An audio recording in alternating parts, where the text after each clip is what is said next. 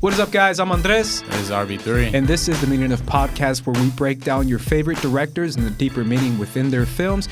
And this week's going to be a little bit different because we're not going to break down a director. We're going to break down a news story that I feel is relevant right now because it's probably the hottest topic in Hollywood and honestly, kind of all over the nation as well, RB3. But before we do that, I kind of want to mention you, man, because you recently shot a short film over the weekend. Yeah. Tell me about it. We wrapped production on Timestamp. Me and Kate and I, obviously Kate was in for episode 92 for Jon Favreau. That was right before we were, doing the Indiegogo for it. We shot this past weekend on Friday, Saturday, and Sunday. So my apologies for the past couple weeks that the podcast was a little late. But that's just because we're doing that. But we're back to our normally scheduled programming. And, we shot all the time stuff during that time. So we had Ken Knapsack in on Friday. Awesome. Jay Washington was in on Sunday. That's great. Yeah. It was cool. So it was all a good time, man. It was a journey for sure. I mean, it's hard, right? Well, yeah, it was a lot that we had to film. Hard. We had a big script. It was like 16 pages, something like that. Yeah. So it was like tough to film all of that in 3 days. So it was just kind of running and gunning, but we got through it. So it was a good time. Yeah, short films are tough, man. People always think, oh, it's a short film. No, short films go hard. It's really, really tough, man. Yeah. But that's great, man. I mean, the Indiegogo worked out. Yeah, that's Indiegogo. Amazing. Yeah, we raised our money on Indiegogo. Salute to our biggest contributors. Mark Ellis was one of them. Kay's dad, Michael Hughesby, was a big supporter. Anthony Padilla, a person who I'm proud to call one of my and Kay's employers as well, also put in a big donation for us. So there's a lot of good people who contributed a lot. My fraternity brethren and sisters, or siblings, I should say. A lot of them put in money. You, of course, Ace, big salute to you, brother. You put in a substantial amount. So yeah, it was really amazing. Awesome, man. That's so cool when you feel like you have this idea and everyone supports you behind it. That's a cool feeling, right? Yeah, that's cool. I don't know. I just think that's a really cool thing. Yeah. No, everybody was super supportive of the vision. Amazing, man. Really appreciate it. Awesome. Yeah. All right. Today's topic, guys, is going to be talking a little bit about the Universal story about the movie called The Hunt that recently got pulled from its release. Universal's official statement is right here in front of me, so I'm going to read this. So apologies if you already know about it, but I just kind of want to break it down. It says, Universal Pictures has already paused the marketing campaign for The Hunt. After thoughtful consideration, the studio has decided to cancel our plans to release the film. We stand by our filmmakers and will continue to distribute films in partnership with bold and visionary creators like those associated with this satirical social thriller. But we understand that now is not the right time to release this film. Now, this caused quite an uproar, RB3, mainly because this statement, I believe, was almost immediately following the president's tweet about this specific movie that he mentioned, where he mentioned that elite Hollywood is racist. They're the real racist because they're making a movie where they hunt deplorables or something like that. Yeah. Specifically referencing this Universal movie. And he never said the name of it, though. He did not, no. Yeah. But, I mean, it's kind of obvious. Yeah, he's just too stupid to know what the name of the movie is. Yeah, he probably didn't even look it up. So after that, Universal released a statement. So a lot of it is like, wait a minute, and then Fox News also brought it up, Fox and Friends. Yeah, well, the thing is, it started as a Fox story, and then Donald Trump was watching it on his toilet seat. Honestly, it's you could track it like literally every single time. Like if there's a Fox News segment, expect there to be a Donald Trump tweet reacting to it. That's usually any time that it always correlates, you know. So he was watching Fox News. Fox News was talking about this stupid movie, which, by the way, I was really confused by the controversy at first because when they said The Hunt, I thought they were referring to this 2012 movie that came out. That was like this Danish film starring Mads Mikkelsen. I actually watched it in my postmodern class at USC, and honestly, it was weird because they're referring to that movie, and that movie I can actually see being a controversial thing because that movie is about a dude, Mads Mikkelsen. He plays Is it Mads Mikkelsen? Mads Mikkelsen, yeah. From Star Wars. Yeah, of course. Yeah. The whole idea is about him. He's like a preschool teacher, and then one of the preschool girls falsely accuses him of like touching her incorrectly or touching her inappropriately. Now the movie shows that he never did that at all, and it shows that the little girl was just kind of being emotional and like having that. But then it's about how the whole town kind of condemns this dude for a false allegation. Now I can see that movie being super controversial. Right now. That movie came out in 2012 2013. And it was nominated for the Academy Award for Best Foreign Film. Wow. Yeah, no, for real. And I watched. It's actually like a, subject matter is controversial, but the movie itself is like really, really great. But I thought for some reason that when I first heard the story, I was like, oh, are they bringing this movie back into the conversation? What happened? And then when I heard what this movie, The Hunt, was this 2019 version was actually about, man, this is the stupidest shit I've ever heard in my entire life, bro. Like, how... I feel like the Republicans don't even understand what they're mad about, like, in this situation. Like, I almost feel like this is a pro-Republican movie. I don't think it's pro-Republican. I think it's anti.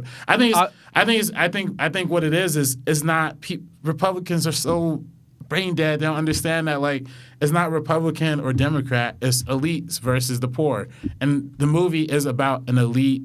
The 1% hunting the 99%. If anything, this movie is saying positively, like, if you're on the left, you're on the right, it's whatever. We're all broke together, and the 1%ers are coming after us. If anything, it's a bipartisan, everybody should be shaking hands, kumbaya. It's literally the exact same premise as The Purge. That's what I was going to say. It's literally that. So I don't even know if anything, and that's how you just know that, these idiots aren't using half of their brains. Like, it's just, if you look at the synopsis, the only reason they're mad at this movie is because the trailer used the word deplorables, and because Hillary Clinton used a deplorable line back in, and which, by the way, again, if people put two and two together, Hillary Clinton is an elitist, and she was talking about who she felt were actual deplorables. So, like, so I don't know, man. This is one of the worst controversies I've ever heard of in my entire life. I think this just goes to show how misled our president has led popular culture to where he could let off a couple of tweets and cancel a movie. Especially from the garbage right wing, who's always like, "Oh, how dare you limit my free speech? Oh, how dare you!" Imagine if some college kids saw a movie about, I don't know, rich. Let's say, forget it. Let's just use this exact same example, right?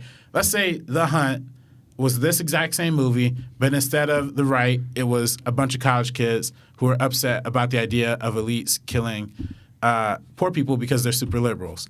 They would the right would go Ben Shapiro, Tucker Carlson, Sean Hannity will go nonstop. Oh, the left. Like, what's wrong with So I don't know, man. It's just like that. You show they have no moral, they have no backbone, they have no spine. There's no point even believing that ideology because it's just stupid. You know what I think it is too. I think the main.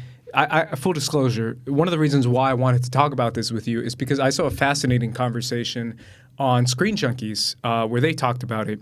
And it was like a 25-minute conversation. And I was like, this is actually entertaining. I wasn't expecting to last this long with this conversation. Right. And they had Ed Greer on. I don't know if you know who Ed Greer is, but he made so many great points that I was like, man, this is such an interesting conversation because I really do feel like a lot of what you're saying, to kind of add to what you're saying, the right and the Fox News people saw that they were hunting white people. Yeah. And the irony is that if you watch the Purge movies and if you watch any other movie, it's like it's all good when the rich people Latinos, but when it's like you gotta want to they're killing a lot of black people and killing some Latinos. It's like that's fine, but as soon as it's like what they're hunting a blue-eyed white woman. Yeah. And I was like, that's such a good point. How dare you attack the blue-eyed and blonde-haired white people? And it's like, and as soon as he said that, I was like, man, that's a good point. Yeah, no, straight up. Because you can make satire films like The Purge, but they're hunting black people.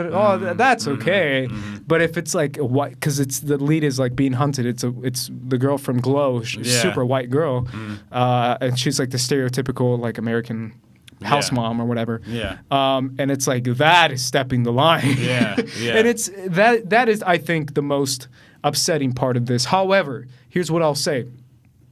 On Universal's perspective, if you were Universal, you do feel a little bit weird. Not necessarily like cancel it, but could you make an argument, RB3, or could I make an argument that maybe they're right, that maybe right now isn't the best time to release this movie, and they can push it to November or something like that? I mean, I could honestly be like, you know what? That's not the worst thing I've ever heard. Like, just wait 2 months. I mean, I don't think you should push anything back in the account of Republicans. No, nothing for them. Like, we got to stop being. This is one thing Hollywood always comes to the head to. For some reason, they're always scared of conservatives. Like, I don't know what it's probably because the studio executives themselves are secretly conservatives or something. I don't know, but literally, like every time there's a right wing objection to something, oh, we got to hold it back. Oh, we can't release it. Oh, we can't do this. And it's like, dude, like these are. The right are literally the people who will go after anything marginally on the left, trying to protect people, but yet the right is always like, oh, we got to ban video games, we got to ban this, we got to ban that, we got to ban movies, but if a couple college kids don't want to see Milo Yiannopoulos or like or Richard Spencer on their college campus, they throw a whole fit. Oh, the left is trying to silence our free speech. They're trying to silence our free speech. And this is them doing that. This is them literally silencing free speech. Now, in terms of the conversation about like gun control in the context of like releasing this movie, that's a different conversation. Now, I do think that's a little bit more of a sensitive subject matter because of the recent tragedies that we've had and El Paso and Dayton and California. Like we've had a lot of mass shooting tragedies. So I could see that as a reason why Universal would want to push that back because that is sensitive. On that matter, I do think, if anything, we do need to kind of keep having this conversation. I feel like a lot of times in American media, we're scared to have the gun conversation because the NRA is in so many people's pockets, politicians-wise, media-wise. So it's tough to have a mainstream conversation about it. So, I would like Hollywood to kind of take the responsibility and kind of put that, put the issue in the forefront, even if it's a satirical light or in a serious light. But we have to have that conversation because we're not having that right now. And I want to get back to that. But before we do, I just kind of want to finish my point. And I told you off camera or off recording, off mic, that full disclosure, the El Paso shooting hit me like no other shooting. Yeah. Because I used to live in El Paso. And also because this is the biggest hate crime against Latinos in modern U.S. history. That's a big deal. Right. And it's one of those things where this is my community. I'm a border town person. This is where I come from. I know what it is to be, from this undocumented community, I guess, or just from a Mexican community and just live in that atmosphere, and how we're the most hardworking, most peaceful people in the country by far. Like the Latino people, like the misconceptions and the racism that we hear from the president, because I will 100% put a lot of this on President Trump and his rhetoric that he's been spewing out since he got nominated or since he even came out. Yeah. Trump and Fox News should both be 100% held accountable. Yeah. And it's emboldening people like this shooter to go after Latinos and shoot them up and just kill them because they don't deserve to live. They don't deserve to be here. Yeah. So it hit me really hard. So seeing him come at Hollywood for being the true racists against what do you mean by that, President Trump? Yeah. What do you mean by true racist? Oh, I mean against white people. Yeah. That's the real racism is against the white people. And that to me is like we just saw a mass shooting in El Paso against Latinos because of you. And we just saw a mass shooting against black people in Dayton. And you're saying the real racism is against white people? Like that to me is like I will never get over, like anyone who ever says that, I will come after you because that is the most ridiculous statement I could ever hear. So that's personally where I come from as far as that argument. But there is a conversation to be had, RB3, and I want to get back to your point of how art impacts action and if art ever can cross the line? And just that's a general question, and it's a very general question. But can it, RB3? Because we just saw this year, I saw it with you, one of the biggest movies of the summer, of the summer. I believe it's like top 8 was John Wick 3. Yeah. And it's all about blowing heads off. You know what I'm saying? Like, it's one of those things where is there ever... I personally have my thoughts, but I want to hear your thoughts first. Yeah. Is there ever a line? I think for art, because it is art, regardless of what if you cracking up through the whole movie and I'm laughing throughout the whole movie, it's still art. It's still an artistic film. It's art, and I think more than anything, like adults, actual people who like know how to read and can function correctly, and not morons, can differentiate what a movie is and what a video game is over what's real life. You know what I mean? I'm tired of hearing this whole excuse of like, ban video games, ban violent movies. Like, bro, 99% of people are logical thinkers and can separate what a movie and a video game is from actually wanting to shoot up real life. You know how many times I played GTA and gone to like the Hollywood section and pulled out the little, machine thing or whatever and just blast it? Bro, it's fun. Like, it's a video game. Like, you're talking to the biggest, one of the Call of Duty. Call of Duty is my shit. I'm a COD guy. Like, I'm COD all the way. And I don't know if you've seen those guys. Those guys are crazy. I'm one of those guys. And it's one of those things where the violent video game argument probably pissed me off more than this movie, because the movie conversation is interesting because it's a narrative. The video game, to me, I'm like, bro, it's a video game. Like the Walmart, like, can't show violent video games thing. The fact that President Trump put that in his speech to like as like an argument for something to fix the violent video game epidemic, this bullshit narrative that's been they've been trying to do this since my era, since like Nintendo 64, bro. When we were playing 007. Since Columbine. But I'm saying like this was like going on forever. Like it's violent video games.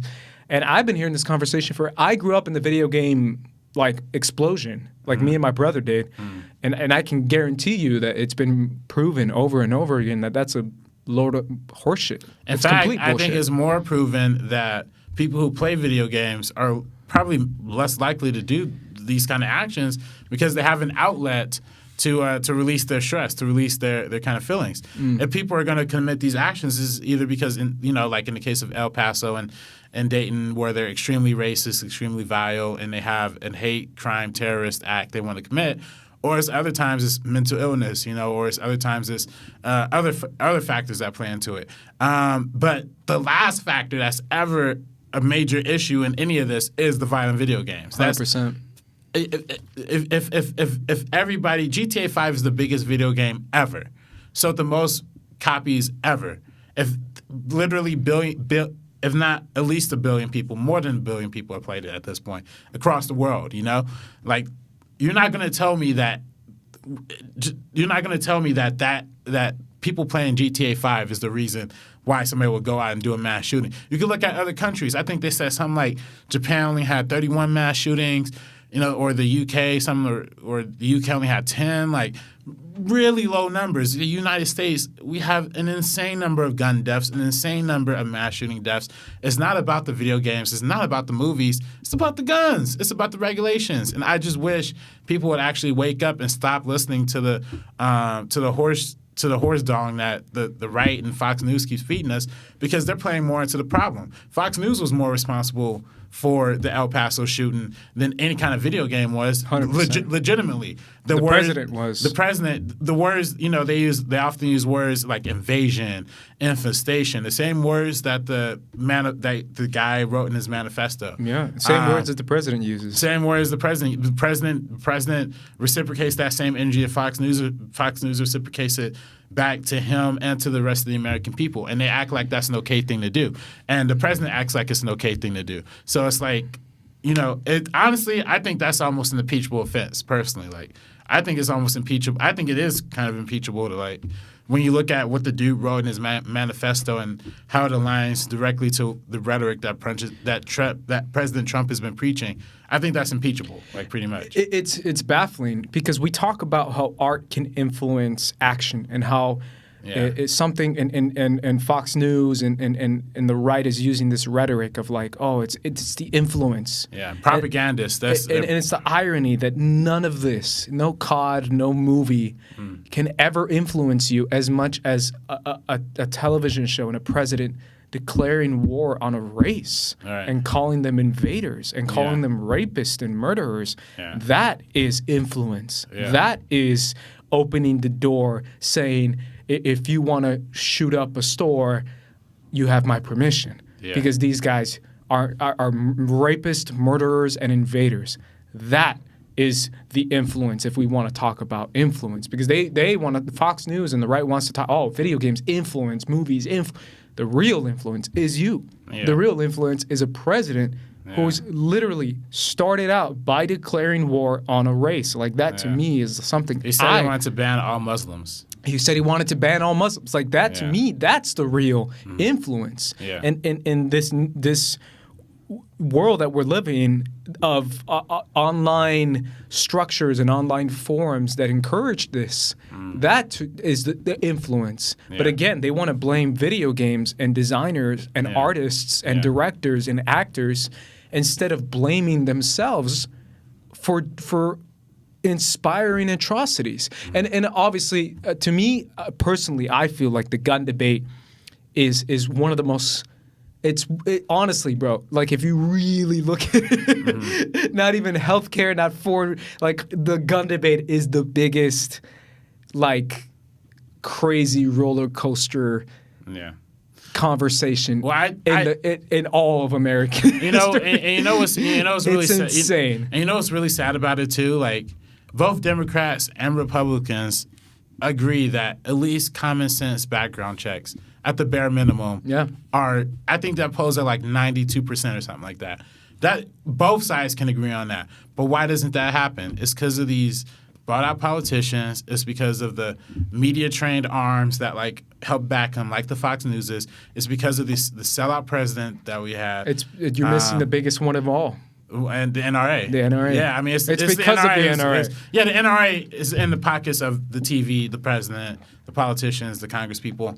They're all in the Republican pockets. So they're not going to move any actions on it. And the NRA has direct incentive to keep these mass shootings going because in their mind, if we preach this message of more guns on the streets equals less violent shootings, mass shootings, they get to sell more guns, which it really sickens me that a corporation, a company, would prioritize sales and money over human lives. That's really sickening. Bro, you don't get me started on the pharmaceutical companies. Oh, that's the pharmaceutical companies. that's the I went on a 1 hour speech to my roommate about it. Yeah. I'm just like, bro, they deserve to like die. Nah, for real. It's like they have so much blood on their hands. It's not even funny. The pharmaceuticals, private healthcare, the war profiteers like Northrop Grumman and Boeing.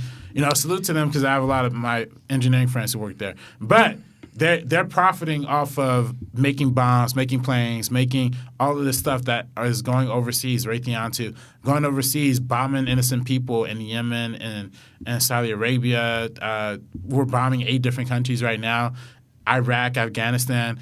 Fighting wars that we shouldn't have been in the first place. That's all because of the military-industrial complex too. So it's like it just sickens me that there's these people and these powers that are motivated to the continued harm of human beings over profits. That just doesn't make sense to me. That's not righteous. I want to get back to the movie itself, but before I do, I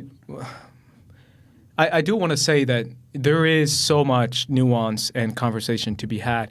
And I feel like that's what we got to start doing. We got to start having these conversations. Yeah. And that's coming from both sides, the right and the left, when it comes to guns. Because at the end of the day, RB3, like I told my roommate, there's no physical possible way to truly just be like the most, like if I ever hear an argument on Twitter, or example, for just be ban all guns, it's like it's not physically possible. American culture is ingrained with gun culture so much, but it's at a reckless point where I forget this report I saw. Some European countries, Switzerland, I think it was, that they're super into guns, and they have 0 mass shootings because of the way they the way they feel about guns is a respectful manner. Right. They view it like it's like their precious vehicle, and they want to take care of it, and they don't want to be reckless. So they want to do background checks, and they want to go through all these steps because they want to make sure that a proper citizen is a gun owner.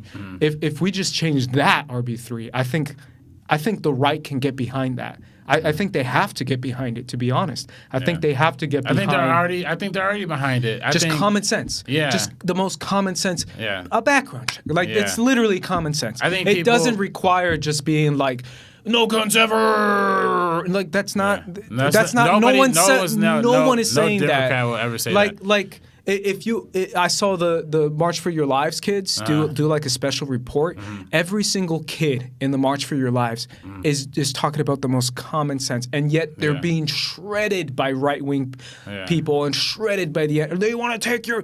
Not a single kid. The David Hawks kids literally was interviewed, and he's like, all I want is a background check. And everyone is coming at me, and he gets hate emails and hate people screaming at him saying, you want to take some, and he's literally like, no, dude, I just want a background check. That's it. That's and it's like, if they realize that, if that narrative, that conversation, I think they can get behind it. I think it's common sense to be like, hey, do you want to be shot at? Yeah. Or do you want to say, hey, you know what? That's a good idea. I think you should take a test before getting a gun. Or I think you should get some training. Or I think you should get a license. Or I think it's common sense, man. Yeah. Like, if anything, make it fun. Make it like you have experience, and now you feel like you earned your gun. Like, that to me is a better thing than just simply being. Somebody could just buy it off of like a gun show or it just that. Make it something that the right can get behind, and that the gun owners can get behind. I think they can get behind it, to be honest. But they're so afraid of the NRA that they're just like, no. Even if, like, I think they said like 85% of America, like all Americans, are supportive of universal background checks. I think something it was like crazy 92, like that. 92 or 90. Something crazy like that, where it's like, the right is supporting this. They want this, but the NRA doesn't want it. I think even something like 56% of Americans don't think that assault rifle should be or calling for an assault rifle ban. Essentially, like literally, a majority of people, like, think of how far we've come as a culture, where there's more Republicans who say they would rather ban assault weapons than keep them, because that's how much PTSD the American people have been through over these past few days. I mean, you heard stories of people who were in New York, and they heard like a car backfiring, and they thought it was a mass shooting. You hear people, I remember there was a controversy a few years ago when Eminem had like a concert or something at a festival, and he had like those loud explosion effects that go off, and people thought it was a shooting. And I even remember when I was working the BET Awards this year, Cardi B had like a performance thing, and like she had some of these big like pyrotechnics pop off, but them shits was loud in the theater, and it really did sound like something was popping off. And I got a little like shaken. That's how much PTSD we're experiencing. And when I was in high school, bro, no joke. There was 3 or 4 times that we had to like hide under desk or like do whatever because there was like a mass shooting threat, When I think one time it was literally a dude like carrying a stick. Another time I think it was a drill. And one time a dude actually did bring a gun to campus, but it was he was just trying to kill himself. So it didn't work out. So thank God. But yeah, that's how much PTSD our people, literally high school students, like that's what we're dealing with right now. Yeah. It's horrifying, and I think we are beyond the point. People are talking about putting metal detectors in schools. I mean, they do that in the hood, bro. They do that in Compton, Carson, Gardena. Not Carson necessarily. They do that in Compton, Gardena. They do that in hood schools. You know what I mean? And you want to see that in like Beverly Hills, white America too. Like, if anything, we should be working to get the metal detectors out of the hood, right? Like, we should work to make school a safe environment for everybody, not where people got to check in, where teachers got to carry guns. Like, I don't even know how that kind of reality makes sense to people. No, that doesn't make any sense. Yeah. So, let's go back to the movie The Hunt itself, and the conversation behind the concept of art and how it intersects with current times and actual major events. Do you, once again, I'll bring up that question, RB3. Do you think timing can ever be a factor, or do you think even in comedy, for example? I know a lot of comedians make references, or do you think there should be a line that says, no, you should not be able to do that, or not be able to talk about this, or not be able to reference it in a movie or anything like that? Because most of the time, movies, when they do it in a fantasy way, or a sci-fi way, or a dystopian manner, to kind of allow it to be a little bit more digestible, I guess you can say. For example, I'm currently doing a Hunger Games binge. Like, I'm on a binge, bro. Right. Like, I'm rereading the books, rewatching the movies. I'm doing it all, just because I feel like it, to be honest, and just because I feel like that's kind of where we're heading. Right. And I'm like scaring my family because I'm like, I think that's where we're heading. But that, for example, that has a lot of political commentary. Those movies do, and those books do. But people are able to kind of accept it a little bit easier, digestible, because it's a dystopian sci-fi movie. Or do you feel like making actual events about this stuff, or making actual movies, for example, RB3, if someone said, I'm making an El Paso shooting movie, do you think that's okay? I don't think you should be able to do that kind of thing. I personally don't have any type of allegiance to... I personally think that you should be able, as artists, I mean, in a hopeful world, artists should be allowed to be artists and do artist things and be able to express themselves no matter how much time passes or any kind of, it's a very, I think cinema, more than any form of art, especially in the last 100 years, has truly been a vehicle for change in a lot of different ways. When you're looking at like neorealism movements in like Italy back in like the 1950s, when you look at Cuban third world cinema, Latin America third world cinema that was happening in either, we're talking, or third cinema, not third world cinema, third cinema, where it was like in Brazil they had Cinema Nueva or something like that, and they had all these different independent movements. In Cuba, they started their own film. They started their own film commission in like 1960, so it allowed people to tell stories about the impoverishment and about the underdevelopment that was happening in that country during that time period. So, all of those, telling those stories help present a better understanding of the world and people. It's almost like anthropology, right? It's like you get a better understanding of people in the world through art, through cinema, through history. And I consider film a piece of history. So I think if anything, film is a vehicle to initiate change. We haven't been able to utilize that as of recently because people are a lot more sensitive to a lot of these types of issues. But I think, Do the Right Thing is one of my favorite movies of all time, and that's a very key piece of revolutionary cinema that we've had in America, where it's about police brutality, and it's about and it's a bigger, broader message to the Black community. I think that we've had a lot of revolutionary cinema in the past. I think we're in a weird time now where we're not really having a lot of that. But I think you're right. I think Hunger Games is an example of what that could kind of look like. I consider that like sugarcoating the pill, right? Like it makes... Great point, yeah. It puts the action and the sci-fi genre in the forefront, but it does tell a story about wealth inequality, and it does tell a story about fascism, and yeah, exactly. That's exactly what the whole story is about, fascism. And same thing with the Mad Max series, and particularly Mad Max Fury Road. It sugarcoats the pill by putting these grandiose action sequences in there, but it's really a pro-environmentalist, pro-women movie. So I also want to kind of give you a counter. What about movies that kind of do the opposite effect? What about movies like Death Wish?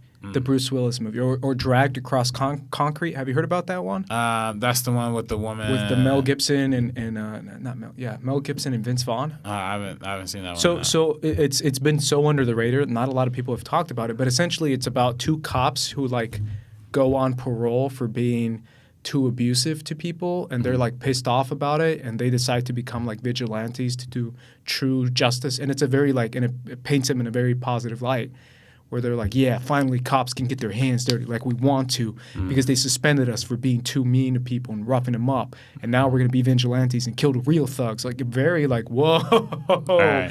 This is like a right-wing fantasy. Cops are becoming pussies now. And now we got to get our hands dirty. And they're not letting us shoot people no more. Back in the day, Mel Gibson, Vince Vaughn, two super right-wing dudes. Mm-hmm. And is Vince Vaughn right-wing? Yeah. I didn't know that. Oh, yeah. Man, that's cool, man. I love Vince Vaughn, too, bro. I can't watch Swingers the same way anymore, man. You didn't know this? Nah. It's very well known. Yeah. Dang. What do you like? Do you vote for Trump? Or? Yeah, he's a card-carrying member, bro. Nah. Yeah, look it up. But anyways, what about that RB3 or Death Wish? You know about Death Wish? Yeah. The Bruce Willis one? Okay, so where he's like shooting thugs and he's like, yeah, I'm gonna shoot these thugs, these black thugs. Well, okay, so I'm gonna shoot them in the street, and he starts shooting them. Now the original Death Wish is. I'm talking about the new one, 2018. Yeah. So here's the thing. I haven't seen it. Okay. I was very against the movie when I heard about it, but I do think Dragged Across Concrete is another one. Well, I gotta say this about Death Wish though. I have talked to somebody who did watch Death Wish, and they said there was a secret leftist agenda in there somewhere. Like I didn't see it.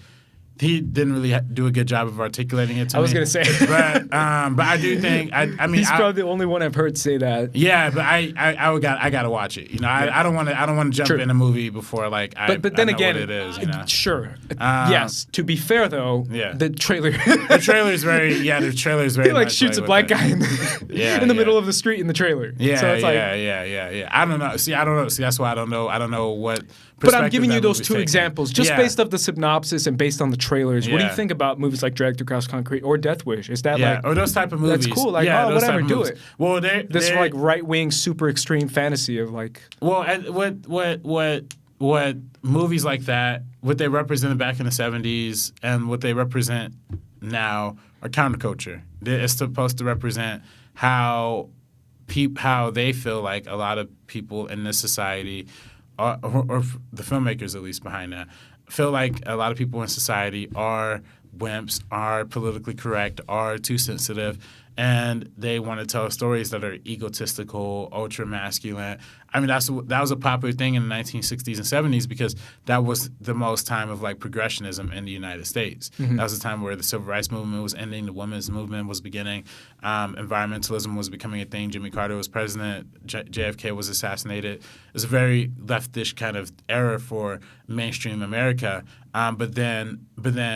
Outside of that, movies like the original Death Wish existed. Movies like exploitation films existed because it gave an alternative to counterculture to people who felt like the rest of the world was too liberal. I want to go back to the movies I brought up, but have you seen the Wisecrack video on The Exorcism? I haven't. No. Holy crap! It breaks it down, and it's like, yo, I've never seen The Exorcism. I'll never see this Exorcism the same way again. Really? But essentially, it's like about like how the mom is like putting this on herself because she neglected her child because she's all about women's independence and women's rights, and then a demon came into her house, and I was like, yo, that's kind of crazy how it's like women should stay in the kitchen. That's like the moral of the movie, and I was like, wow, that's a good point. And I was like, well, that's a crazy idea. But it's one of those things where, what do you think about now, those movies coming out, RB3? The new Death Wish and Dragged Across Concrete. I don't know if you're looking... Yeah, if that's what you're looking up. No, I was looking up. I was still tripping off the Vince Vaughn thing. Did you find confirmation to that? Yeah. I mean, I see an article that called him an alt-right guy, but then it was also because they said he laughed at Meryl Streep's speech. So I'm like, I don't know if that gives like the most credibility.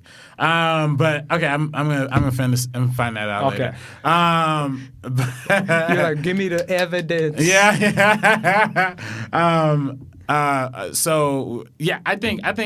Particularly with movies like Death Wish and particularly with movies like those, I think in general, and even, what was the example I mentioned before?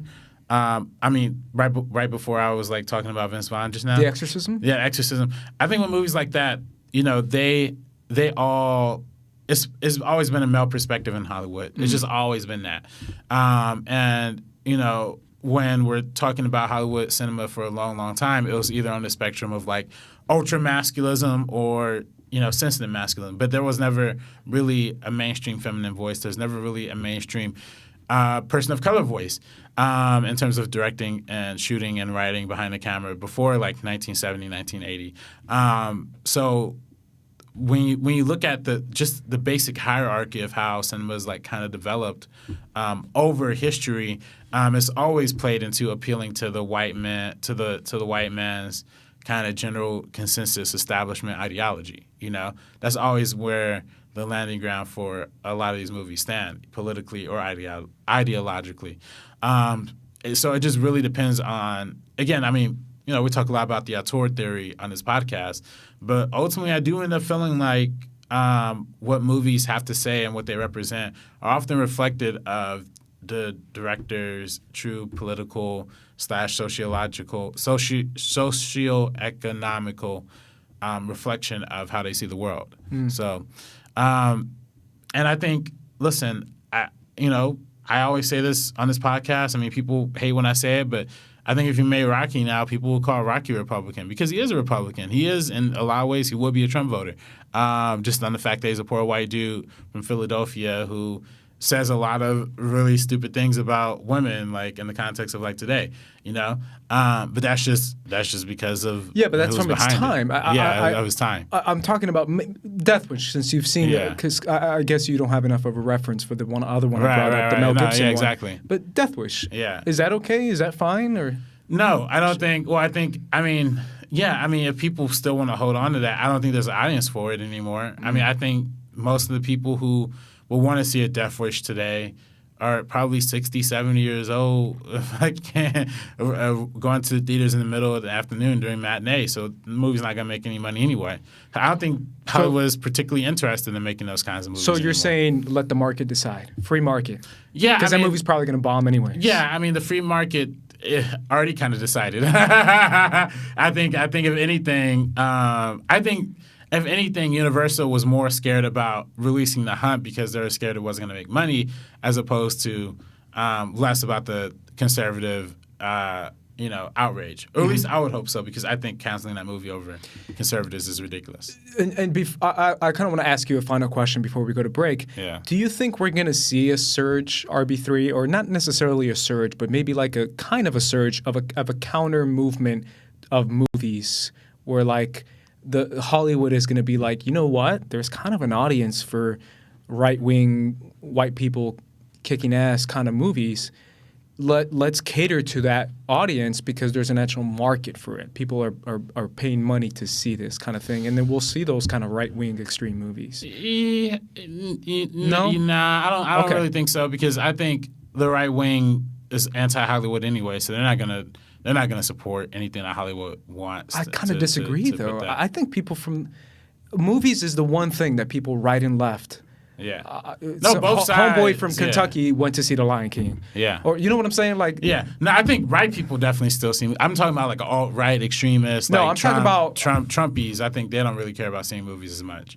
I disagree, man. I don't know. Go on Twitter, man. Like, I was just gonna say, like, even people that follow us on Twitter, all of them just say like Trump, Family, God, and movies, and it's like not all of them, but I see a lot of them, where I'm like, okay, cool, that's your thing. Yeah. Like a lot of right-wing people love movies. It's probably gonna be our most disliked podcast. No, I'm being real. Like, I don't think putting them in a box and being like, nah, they don't like movies. I don't think that's true. RB3. I think. A lot of Republicans watch movies. No, I'm saying Republicans do. I'm talking about like the idiots, like the people who are like living in trailer parks, like the people who are like literally like, okay, like I don't want to use the word deplorables, but I'm talking about like literally the 26 to 27% of like Trump or of American, about the alt-right. Yeah, the alt-right, the far right, the poor and disenfranchised who believe Hollywood is nothing but snake people and elitists. I don't think they're going to watch movies.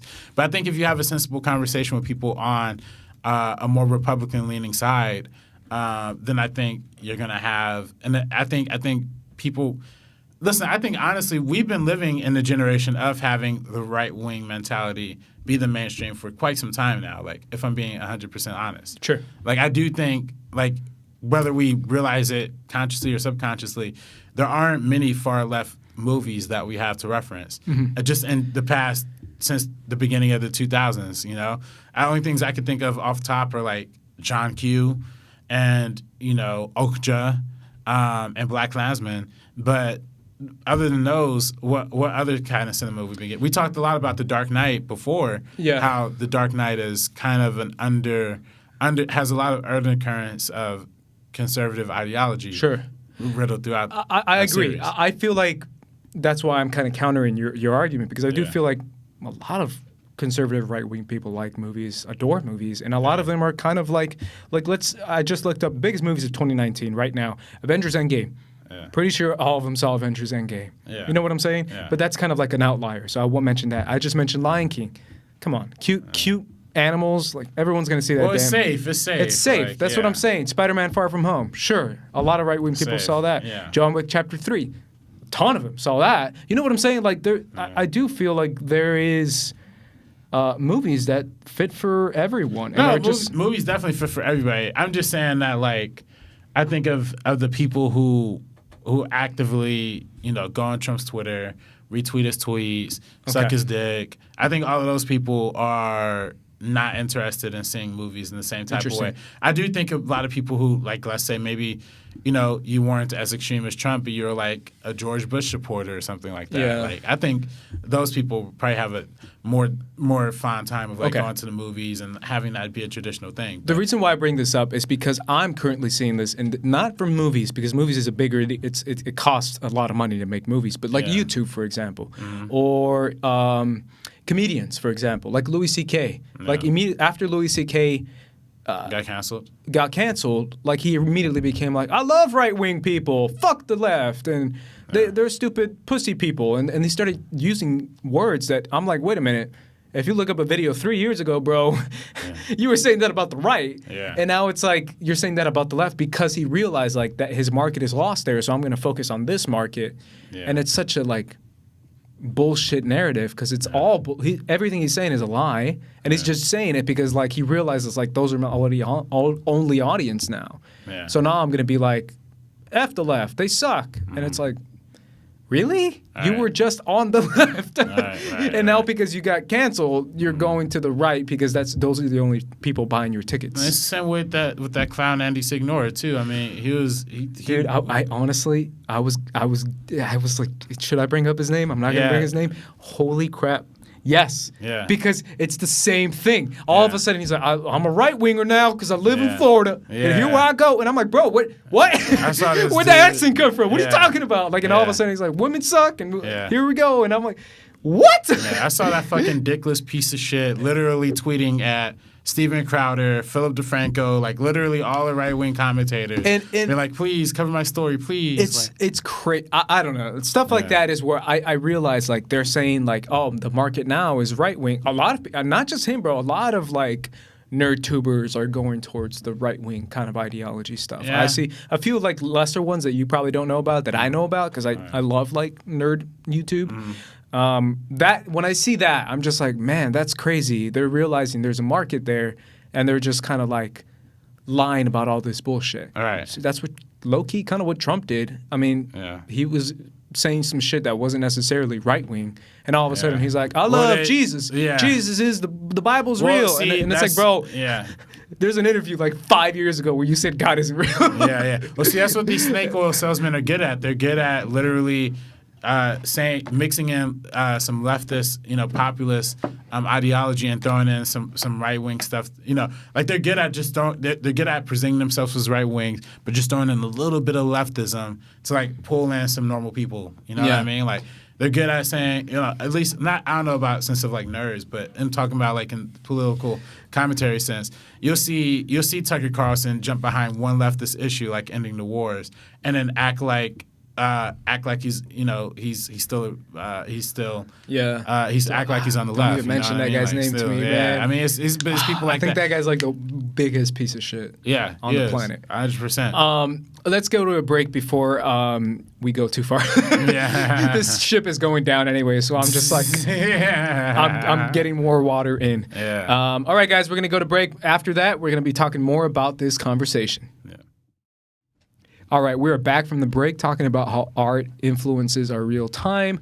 I think this is an interesting conversation. And off the mic, I brought up Deadpool, RB3. And Deadpool is an interesting character, but I kind of think, and this is me, it's a personal thing. Now, this one, I don't think it's true at all. But I don't think it's true at all either. But it's interesting that Deadpool has kind of become a character that's been inherited by this, like, counterculture, anti-Disney, anti-PC, there's that famous Deadpool shirt where he says, "Did I offend you?" with a big question mark. Anti I can say whatever I want. I don't care. I'm a crazy white guy who's a ninja. Yeah. And it's kind of been inherited by a lot of those ideologies and a lot of those thoughts, RB3. And this is something that I've been seeing. I don't know. What are you doing, bro? You think I'm just doing That's exactly what it looked like. I was just playing with I'm sorry, guys. For context, he was playing with his pants. Yeah. The podcast listeners are so confused. Podcast listeners are confused. Yeah. And I know I'm already getting screamed at, yelled at, and just like pitchforks and javelins thrown at me. I got swords being thrown at me because all the Deadpool fans are coming at me. Yeah. But that's kind of what he's come to represent. I went to Knott's Scary Farm 2 years ago, and I was playing the scare character because a friend asked me to do it, and I was like, sure. And when I was there, they had a Deadpool show, kind of like when you go to Disney and you see the Princess show. They had a Deadpool show where like 13-year-olds were just like loving it, where he was just cussing and he was like basically like catering to his 13-year-old fans. And it kind of hit me. I was like, yo, Deadpool low-key, he's starting to be, like the character in the movies was very much not that. But he kind of became like this kind of like, yeah, fuck Disney, Deadpool. I don't know. Maybe you disagree with me, RB3. No, but I've seen it happen. Trust me, I've seen it happen. Yeah. I mean, I think he is supposed to represent like a it's not supposed to be a politically correct, not supposed to be a totally offensive, totally appropriate thing. Mm-hmm. But I think we're always going to have that piece of like, I think that's what comedy should be. I think it's just not, like I don't think it's anything in the sense of like promoting, racism or like racial slurs or anything like that. Nothing or like that. Offensive behavior. I think it's just promoting comedy. Like I think at the end of it. Here's what I think is happening. I think... And I think this comes from both sides. So this isn't me being like left, right. This is me just being like Disney is low-key taking over the Hollywood industry. And I think a lot of people who like Deadpool, for example, or like characters like that, are afraid that they're going to become PC-fied. I don't know if that's even a word, but they're going to become watered down, and there's not going to be... Like movies there's never we're like 20 years from now, we're not going to have Deadpools in theaters because Disney's going to be making all the movies and Disney has to stay on brand. And I think there's that fear, RB3, that's kind of where art is headed. Art is headed towards this like super quadrant, super non-offensive, super, like this is by the numbers kind of movies, and that's all we're going to get. And we're not going to get anything that kind of pushes boundaries, RB3. Yeah, that's kind of true. You want to hear my hot take before you get your response? Yeah. You know what my hot take is? And this is a super hot take. Hot take? I don't think there's going to be a Deadpool 3. I don't think... wow. I think Disney is going to do one of two things. Especially after that comment from the director last week when he commented. Who? Yeah, the director of Deadpool 2. David Lynch? Yeah. Didn't you do Hobbs and Shaw? Did you see? Yeah. Did you not see his comment? No. He said, you know what? I'm kind of changing my mind. I think Deadpool can be PG-13. And I'm like, that's coming straight from Disney. I really do feel like there's going to be a PG-13 Deadpool. Either that or there won't be a Deadpool. I think it's going to be an ultimatum from Mr. Iger. And that's my hot take. Hot take. Hot take, yeah. And everyone's like, no way, they're making money at rated R. Like, it works as rated R. They're not going to change it. Trust me, dude, Disney's powerful. And that comment that he said last week, already paving the way for like, you know what? You should kind of accept it now. Yeah, and people are afraid, RB3. Deadpool fans are afraid. People who like those kind of movies are afraid. I don't think, listen, like, I do worry about Disney because I did read a report today that said they're worried about for one, they canceled the Taika Waititi movie for the he was going to do Flash Gordon, which already upset me. No, but the Fox properties. You see about that? What I'm saying is, so Taika Waititi had a project developing through Fox that was a Flash Gordon remake. They canceled that. He also had another project developing through Fox called Jojo Rabbit, which was like a Nazi movie. And that's still coming out. But there's a report, coming out at TIFF. But there have that now. There's reports Disney is worried about Taika Waititi's Hitler movie Jojo Rabbit being able to have like a release. They're worried about that. They're legit not. They're thinking about higher ups. This is breaking to me. Yeah. No, this is on Cinema Blend. It says when Disney Corporation decided to acquire 20th Century Fox, it was clear that the modern media landscape would not be the same. Now that the deal is done, Disney's figuring out how the new company fits into the rest of the organization. As expected, things will be complicated. One Fox project that is reportedly that's reportedly proving especially difficult is Taika Waititi's upcoming World War II comedy Jojo Rabbit. So like they are. So that's only giving credence to my theory, RB3. Yeah. You're making my points for me. Yeah, that is going to happen. There is going to be PG-13 Deadpool, whether you like it or not. And here's your cake and eat it too, because Disney is now making all the rules. Like I do. And they shut down all the Fox prop. Did you hear about that? In the Variety article where they said the only ones they kept were like Diary of a Wimpy Kid and like Home Alone. Yeah. It's all kids movies. Well, and everything else. To be fair, a lot of those I didn't want to see anyway. Which ones? Alien is my favorite. Alien. Yeah, I want them to keep doing that. But they said they're going to make it TV. Okay. Or like short films or something. I mean, I feel like the Alien movies haven't done. So that's what I think Disney's more concerned about. I think they're more concerned about the money aspect, right? I think they're more concerned about is this Jojo Rabbit going to cause an outrage to where people are going to start protesting Disney and stop going to the parks and stop doing this. I think they're more worried about are movies like. Like you said, what was the one that you said you hated seeing get canceled? Aliens. They're worried that having Aliens material in theaters would tarnish their more family-friendly appeal to Aliens. That's what I said. But I think Deadpool, my hot take about Deadpool. But I think Deadpool is a different situation because for one, that's the one Fox property that's actually survived, the one X-Men property that's actually surviving, and two, the first two Deadpool movies have made more money than most MCU movies. So I think, if anything, Disney's more motivated by the dollar than they are by the reported backlash that could happen off of Deadpool. Because I think if they made Deadpool PG-13, there'd be more of a backlash towards Disney than it would if they kept it R-rated. I think so. The parents and stupid people are going to be mad at it. But David Leitch said, here's credence to my argument, RB3. Disney announced their Marvel properties till 2022. Yeah, none of them were Deadpool 2. But no, they didn't announce all of them. He did. Not Kevin all Feige confirmed. He said these are all of them through 2022. The ones after, there was a report, like a breaking hot scoop or whatever from another website that said these are the ones that are going through 2024. Black Panther 2. I forgot the Captain Marvel 2. There was a few of them were like, oh, okay, this makes sense. RB3 and all the list, none of them were Deadpool. Deadpool 2 came out in 2018. In 2025, are we going to get Deadpool 3? You know what I'm saying? Like, there's not a time. Yeah. There's no. If you're going to make Deadpool 3, you would have announced it now. Yeah, they would. Came out last year, man. It doesn't make sense. 2025. I mean, they just got the property though. I mean, this is what I'm saying. I'm telling you, bro. It's canceled. It's done. They're still releasing the garbage Dark Phoenix and New Mutants. Like, no, that was different. No, but that happened like 2 weeks before, right as they got Fox. Like, I'm just saying. It came out. And they could have easily canceled, but they don't have no idea what they're doing. Did you read that report? Well, I heard about they might cancel New Mutants. They're not gonna. They said that Dark Phoenix is the reason why. They're like, oh yeah. We're gonna.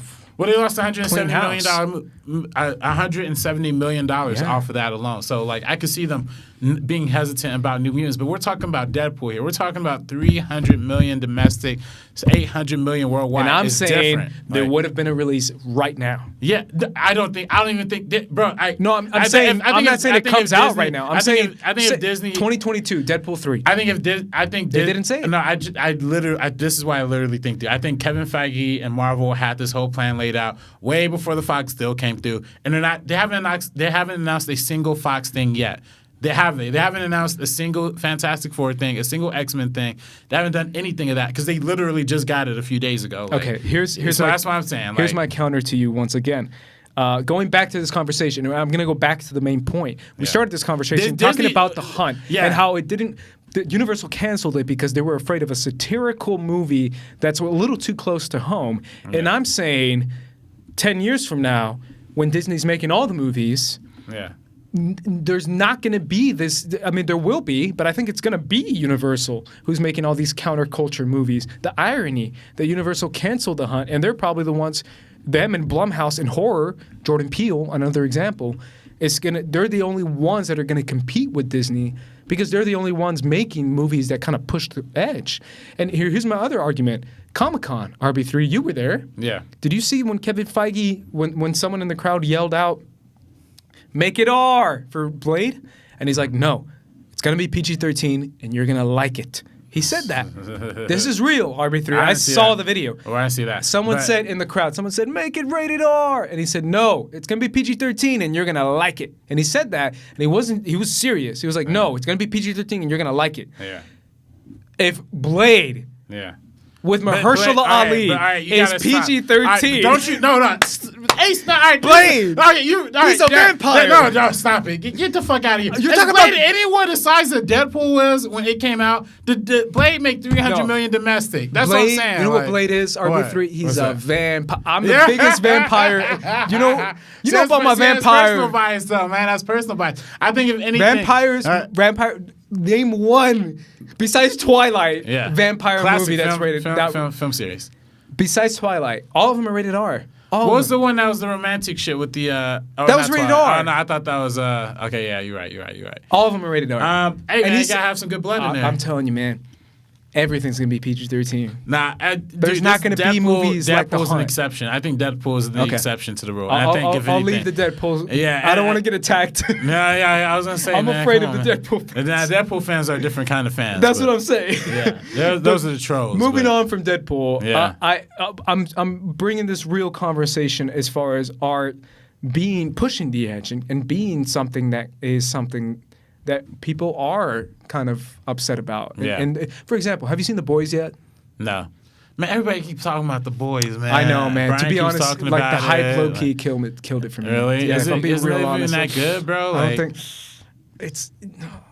See, I haven't even tweeted about it because I'm so afraid to give my real thoughts. Really? Yeah, because Brian said it was like, mediocre, and everybody might say it was mediocre. It's so average. And everyone's like, it's the best freaking show ever because they show boobs. And I'm like, I don't know, man. Like, it was kind of...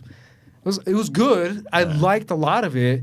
But, man, like, there was a lot that I was like, man, this is so whatever. Yeah. But The Boys is an example. I promise you, RB3, quality-wise, The Boys is, if I'm being real honest, it's okay. But I personally feel that the reason why it's blowing up isn't because it's so cool and groundbreaking. It's just because it has the Deadpool effect. It literally is like the tone of Deadpool. The blood, guts, gore, sex, like it's super like in your face, like we're Deadpool for TV.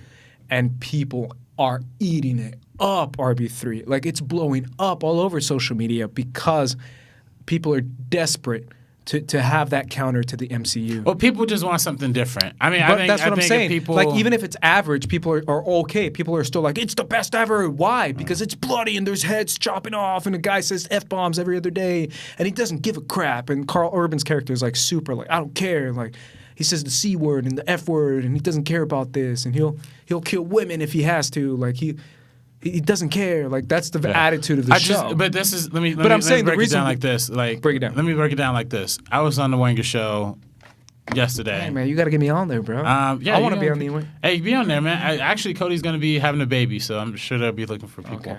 I was on the Wenger show, and we talked a little bit about The Leftovers, right? And The Leftovers is a show, you know this. I was highly critical of when it was airing, and I kind of came to the realization as I was on the show yesterday. I think my problem with The Leftovers when it was airing is that it was trying to be something different and just wasn't doing it perfectly. Like it just wasn't landing everything the way it should have been landing everything, right? Now I look back on The Leftovers and oh boy, do I long for something that at least tries to do something remotely different and unique. I long for that. That's the only thing I want in today's era. A movie, a show. You don't think we have enough of that? There's nothing. Everything's the exact same. The movies are the exact same. They're all shot the same exact way. There's no, I mean, even, and again, like, I'm a big Tarantino fan, but even Once Upon a Time in Hollywood felt like the safe Tarantino movie. Like, out of all the movies he's ever made, this is the one I was like, here's the least offensive. There's no white people saying the N-word. Like, there was nothing that, like, even remotely kind of pushed the edge, like, with this movie, So it was like... And people... I'm saying, everything you're feeling, a lot of people are feeling like we're getting into... Hollywood is taken over by PC culture to an extreme. But it's not even PC culture. It's just differentiality in anything. In films, like, I can't. I literally. I mean, I was talking to Kate the other day, and he was like, "Man, like, I know why I'm not loving movies anymore, bro." And I told him, I said, "Bro, these Marvel movies, they're killing us. Like, they're literally if that's the only thing we're consuming, if literally Marvel, Hobbs and Shaw, Star Wars." And you're wearing a Marvel shirt and right now. I just came from a press junket thing with Dorian. That's the only reason why. So you're saying you're not a Marvel fan? No, I am a Marvel fan, but I'm just saying that can't be the only thing. Like, I can't. Like, I haven't seen a Charlie Kaufman. I mean, listen, Charlie Kaufman is one of a kind. Spike Jonze is one of a kind. The auteurs, we haven't seen a David Fincher movie in a long time. He's one of a kind. But we haven't seen the auteurs be able to do their auteur thing. We haven't seen the artists be able to go out there and do what they're really good at. We're seeing a lot of indie artists being able to do that. We're seeing a lot of people on the A24 side are able to do that. We see people like Jordan Peele able to do that on a super low budget, but we're not seeing. Yeah, I mean, Us was like. I was going to say Us isn't that low, but that's $20 million. Okay. Which even if you took a $20 million budget back in like 2002, that's considered low budget. You know what I mean? Like, bro, you're making some real good points. I'm thinking about it right now. Like, my favorite movie this year is still Us. Yeah, it's still my favorite movie this year. Yeah. My favorite movie last year, was it last year? What was Get Out was 2017. Get Out was 2017. I forgot what my favorite movie last year was, but I always Bill Street. Well, no, that was my favorite. That was my Yours my was Hereditary. Hereditary. Yeah. A super offensive movie. Yeah. In 2016, it was the fucking Jake Gyllenhaal movie, Tom Ford movie that I thought was awesome. Super fucking offensive movie. Nocturnal Animals. Did you see that? Yeah. I dug the shit out of it because I was like, man, this is fucked up. It's a fucked up movie. Yeah. All my Nightcrawler, 2014. Yeah. My favorite movie that year. All my favorite movies. A Ghost Story, the weirdest movie ever. Yeah. But it's different. They're all different. You're right, RB3. Yeah, that's what I'm saying. Those are my favorite. And I still put Marvel in the top 5 and top 3. And Thor Ragnarok is one of my favorite. It was like my second or third. And then even Thor Ragnarok is the most different Marvel movie. It was the most different. And that's why I loved it so much. Yeah. But you're making points that here's my thing, RB3. I agree with you. However, I don't think people are not making it. I just think people are not seeing it. That's the difference. I think, again, I was watching Screen Junkies, and I think Dan made a good point where it's like, there's a lot of weird, cool movies out there. People are just not seeing it. Yeah. There's just like, people don't care. Well, people just don't give a they don't give a shit. They want to see, like, this, give me the same shit. Yeah, well, Feed me that. We live and that's what Hollywood is. They're reacting to the free market. Yeah, well, Lion King made like $2 billion. Yeah. Lion King, bro. I was like, this movie's gonna make okay money. Yeah. It made so much money. I knew it was gonna make money. But I didn't think it was gonna be that much. But I think the thing is like we live in like this Hollywood bubble where we think, everybody can see any movies. Everybody can see a movie that's only playing in 200 theaters. But the fact of the matter is, outside of LA, if you go to like Kentucky, you go to Texas, you go to like anywhere else, it's super hard to see these movies. So it's like, even if people want to support independent cinema, they're not even having the chance, they're not having the opportunity to. That's why I'm big pro streaming service, because it gives everybody the access to see the things that are making things different. But seeing those in theaters, and listen, it's not even a problem of like people not seeing any movies. I'm literally talking about back in the day, like Fincher got to make, I think Fincher made The Social Network on an $80-90 million budget, I'm trying to think off the top what's another like medium budget, but things just used to be medium budget. Like Tarantino made Django on a $100 million budget. Tarantino made Inglourious Basterds on an $80 million budget. These are medium budget movies because the artists want to have that kind of budget. They don't need to work in some sort of extreme $200 million and have to make $1 billion worldwide to make a profit back. The space that they're comfortable in is making the medium budget movies. The fact of the matter is, those movies don't exist. Yeah, they don't exist. Studios don't make, and it really hurts because a lot of it can be attributed to the lack of DVD sales. DVDs were kind of the big revenue stream post theatrical release that kind of allowed for a market for home distribution, or allowed for a market for a $40 million, $50 million medium budget movie because it allowed. Because if you make a movie that's $40 million, $50 million, and it makes $300, $400 million worldwide, more likely than not, it still didn't make money. It still didn't make profit. It's when it comes out on home video that it gets to recoup a long-lasting amount of money back. But you don't see that anymore, and you don't see studios taking those risks anymore because those movies are riskier than having a $200 million. Now those movies are risky because it's hit or miss if they're going to make money or not. But then the $200 million gambles are much bigger risk, and we're seeing studios make those because the bigger risk is the bigger reward. So it's kind of a house of cards right now. I think honestly it's going to take Hollywood to collapse a little bit. And I think we're gonna see a change pretty soon. Yeah, and this is coming from someone who's like the biggest MCU fan. I love superhero movies. I just talked about nerd culture. Like nerd culture is still like my biggest thing. I'm still really into it. This isn't just a show. Right. This is my personal interest, and I'm still upset at film Twitter when they have tweets when people tweet out like MCU you suck and it's like, bro, chill. Like they make good shit. There's some good performances in those movies, and I still really liked Captain Marvel, like a lot, probably more than anyone I know, and that's shocking to people. But to me, I'm like, I really dug it, man. I really enjoyed Captain Marvel. We did the review, and I was like, man, this is a fun movie. But at the same time, you're right. There should be balance, differentiation in the marketplace. But I really do feel like a lot of it is because of audiences and ticket prices and prices are a big factor. People I think that's a big factor. Theaters are losing money left and right. They're not making these movies anymore because they're not making money. RB3, they're just not. The studios, we have to put the onus on some of them too. They're not taking chances anymore on the medium budget features. Now it's like medium budgets don't exist anymore. Yeah, it's either $2 million, $5 million, $20 million, or $200 million. Yep. Like there's never anything outside of those 5 price points because anymore, studios don't want to risk it. It's that simple. It's because they feel like that movie's not going to make money. Yeah. And sometimes they're right, RB3. That's the problem, is because they're like low-key right. I don't know. Yeah, yes and no. I mean, I think we see a lot of Oscar movies that tend to be the only one I know was Us. Movies. Us was the one that it was like, this is a weird movie, a horror movie that made a lot of money. But that's not even this year. That's not even. I just can't look at a movie that's $20 million budget and say that that's considered medium budget anymore, because it's not. That's true. I think if some qualifications or SAG or somewhere, a $20 million budget is still considered low budget. So it is pretty low budget. I'm pretty sure. Low. But it's just like, bro, like we're not even having the conversation of trying to figure out how do we get to this point, you know? Like you go back to go back to years like.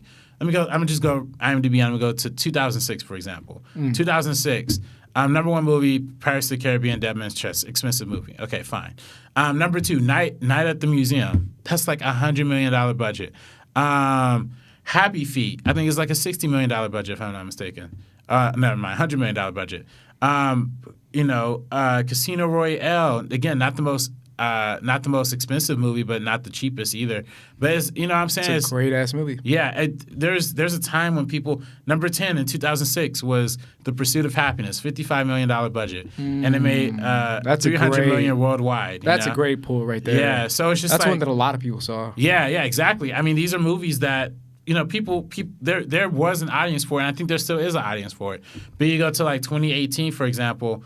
The number 1, Black Panther. Number 2, Avengers: Infinity War. Number 3, Incredibles. Number 4, Jurassic Park. Number 5, Aquaman. Number 6, Deadpool 2. Number 7, Bro, The Grinch. If I bring up this year, you're gonna cry. You want to bring up this year? I'm just saying. Avengers: Endgame, Lion King, Captain Marvel, Toy Story 4, Spider-Man: Far From Home, and Aladdin. Yeah. Holy crap! Yeah. All of them are Disney. Yeah. And All of them. And the one, and guess what was the highest grossing movie that wasn't? That was a medium budget movie. And this is from someone who wants to work at Disney because I want to be employed. Hey, you want to work at Disney? I don't really care about Disney. Yo, fuck Disney. I'm just kidding. Disney if you got internship. I'm gonna work for Disney, bro. Yeah. But guess what? Guess what's the medium budget movie last year that did successful? Bohemian Rhapsody. That's right. And that movie was terrible. Yeah. But it's trash. But that's the big one because it had the name value of Queen behind it. And it's I all think because. You see that movie? Bohemian Rhapsody. Yeah, it was terrible. Oh God. Yeah. But I will say, I'm still mad about it. Because everyone in the theater is like, I love this song. And I'm like, it doesn't make it a good movie. Right. I'm like screaming at them. And I'm like, it doesn't make it a good movie. But you're right. It was because of Queen. That's why it made all that money. Because they love the music. Yeah. And I'm talking all of this, but I will say the one movie I've seen creep into the box office sphere for the past few weeks is that movie Yesterday that I saw. That was about the Beatles. Oh, how was it? It's not the greatest. Not good. Okay. But that it had a medium-ish budget. I actually don't know what the budget was for it. But it's steady making some. It's been in the top. I still want to see it. I'm the biggest Beatle fan. Yeah. I love the Beatles. It's an interesting movie. Not a lot of conflict though. The only one for me in here is Us. I still see that as like the biggest win for something different. And I still it's the irony RB3 is that it's coming from Universal, a studio that literally just canceled the movie for pushing the edge too much and for being a little too close to home. Yeah. So and I think ultimately at the end of the day, there's always gonna be an overwhelming fear of conservatives. I don't know why. Well, here's what I talked to. You just mentioned him, Christian Ruvakaba, about 2 weeks ago. I mentioned to him that the irony is that we're headed from this is what's going to happen. This is what I think is going to happen. It's going to be Disney, and it's going to be horror. Those are the only movies that are going to be in theaters. It's going to be cookie cutters and kids, and it's going to be because horror will never. I still feel like horror will never lose value. It's always going to be like something that I'm going to see that in the theater. It Chapter 2 is going to make bank. It's going to make so much money because people want to see a crazy ass clown kill people. Yeah. Horror is the one thing that I feel like Universal has like such a big hold on it because they own all those properties and rights, and because of Halloween Horror Nights, I still feel like those are the two things that we're going to see in movies. Everything else, Whiplash, great ass indie movies are going to be on VOD. And it's going to be on your computer. Yeah. And that's kind of where we're headed. And I feel like, I don't know. I feel like we got off topic a little too much every three. I mean, that's just the podcast, man. You need a podcast. If you're a fan, you're a listener.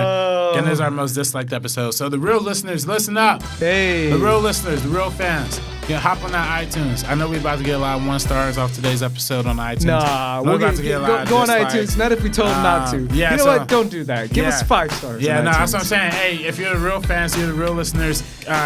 Counteract those voices, man. And give us some likes. Give us some retweets, man. Yeah, give us some on Twitter. Some comments. There's so many movie podcasts out there, but I feel like ours is good, man. Yeah, we're only talking the real.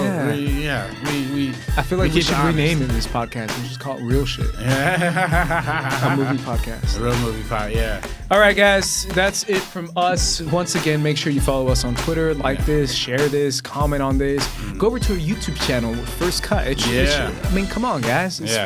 It's a good channel. Episode on there. We're gonna be doing some more stuff on there too. I personally feel. Well, yeah, we definitely are. We're about to have a big sweep of new graphics coming in. Yeah, it's all to be announced. It's coming, guys. So make sure you go follow us there. Go like and subscribe and all that stuff.